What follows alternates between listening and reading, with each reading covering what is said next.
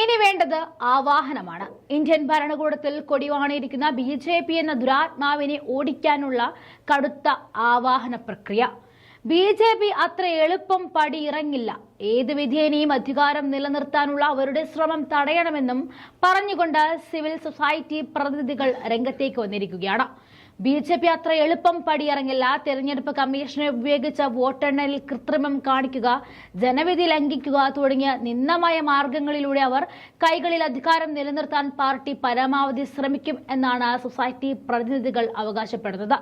ലോക്സഭാ തെരഞ്ഞെടുപ്പ് വോട്ടെണ്ണൽ സുതാര്യമാക്കുവാനായി പ്രത്യേക യോഗം നടത്തി സിവിൽ സൊസൈറ്റി പ്രതിനിധികൾ.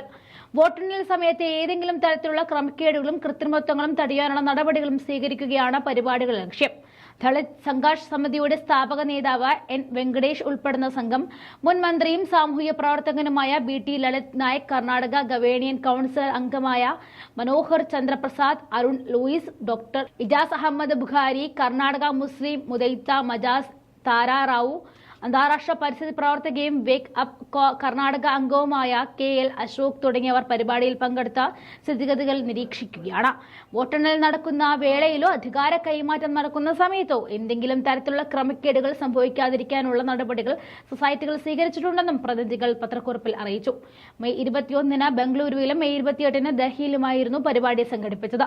BJP അത്ര എളുപ്പം പടിയിറങ്ങില്ല. കമ്മീഷന് ഉപയോഗിച്ച വോട്ടെണ്ണലിൽ കൃത്രിമം കാണിച്ച്, ജനവിധി ലംഘിച്ച് തുടങ്ങിയ നിന്ദമായിട്ടുള്ള മാർഗങ്ങളിലൂടെ അവർ കൈകളിൽ അധികാരം നിലനിർത്തും എന്നാണ് ഇവർ ആണയിട്ട് പറയുന്നത്.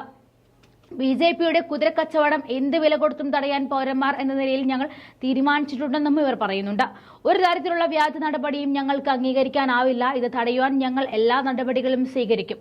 വോട്ടെണ്ണൽ വേളയിൽ ക്രമക്കേടുകൾ ഏർപ്പെടുത്തുകയോ ജനവിധി മാനിക്കുന്നതിൽ പരാജയപ്പെടുകയോ ചെയ്ത ജനാധിപത്യത്തെ നഗ്നമായി പരിഹസിക്കാൻ BJP സർക്കാർ ശ്രമിക്കുകയാണെങ്കിൽ മഹത്തായ സ്വാതന്ത്ര്യ സമരം പഠിപ്പിച്ച സത്യാഗ്രഹത്തിന്റെ പാത ഞങ്ങൾ പിന്തുടരും. സൊസൈറ്റി അംഗങ്ങൾ ഇങ്ങനെയാണ് പറഞ്ഞത്.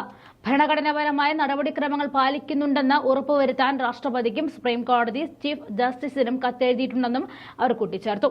തെരഞ്ഞെടുപ്പ് സമയത്ത് BJPയുടെ ഭാഗത്തുനിന്നും ഉണ്ടായ ഗുരുതരമായ ലംഘനങ്ങൾക്ക് നേരെ കണ്ണടച്ചതിന് തെരഞ്ഞെടുപ്പ് കമ്മീഷൻ പ്രചാരണഘട്ടത്തിൽ ഏറെ വിമർശിക്കപ്പെട്ടിരുന്നതാണ്.